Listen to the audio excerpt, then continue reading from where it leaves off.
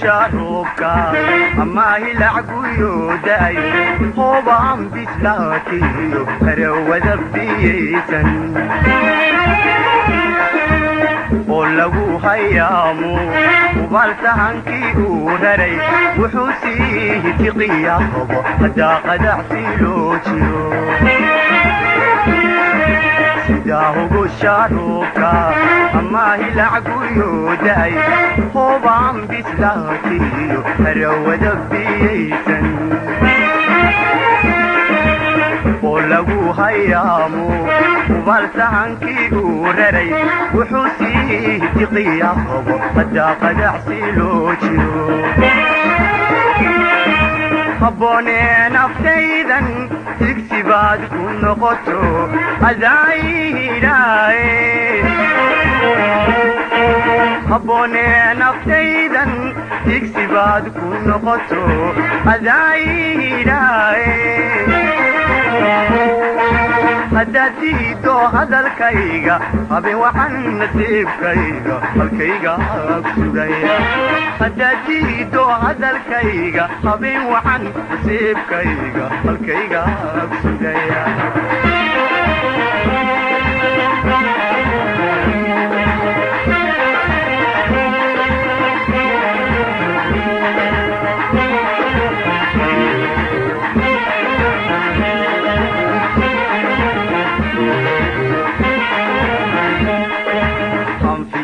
dabaylba isukay hareeyo sida hawtul hamagan hawaaqiri dabaxay haddaan haysto talada iboy kama hiisheen ku hood sheegte haween haygu noqonine hanfiyo dabaylba isukay hareeyo sida hawtul hamagan hawaaqiri dabaxay haddaan haysto talada iboy kama hiisheen ku hood sheegte haween haygu noqonine waxaa hiilay noqon lahaa halistiyo dhibitaan qabo adooyga hor joogsada waxaa hiilay noqon lahaa halistiyo dhibitaan qabo adooyga hor joogsada haddaad diido hadalkayga habeen waxaan nasiibkayga halkayga sugaya haddaad diido hadalkayga habeen waxaan nasiibkayga halkayga sugaya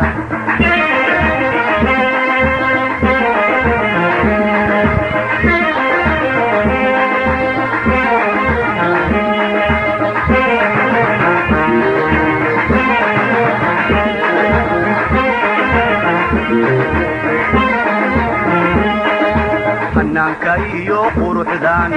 iboy kugu jeclaado hablahaadu sidata haybadiyo asluubte lahamiyey dartaado habeen socod ku waasho waxaan eegataaba hawada sariite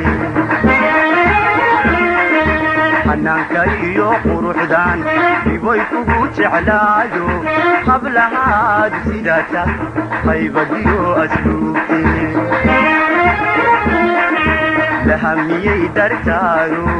habeen socod ku waasho waxaan eegataaba hawada sariite waxaa hiilay noqon lahaa halistiyo dhibitaan qabo adooyga hor joogsada waxaa hiilay noqon lahaa halistiyo dhibitaan qabo adooyga hor joogsada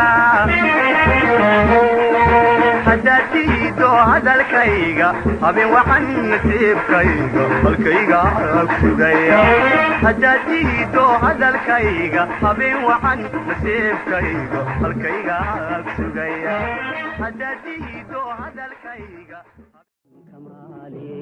marka aan ilaawaba waxisoo markii qiyon maqlo waa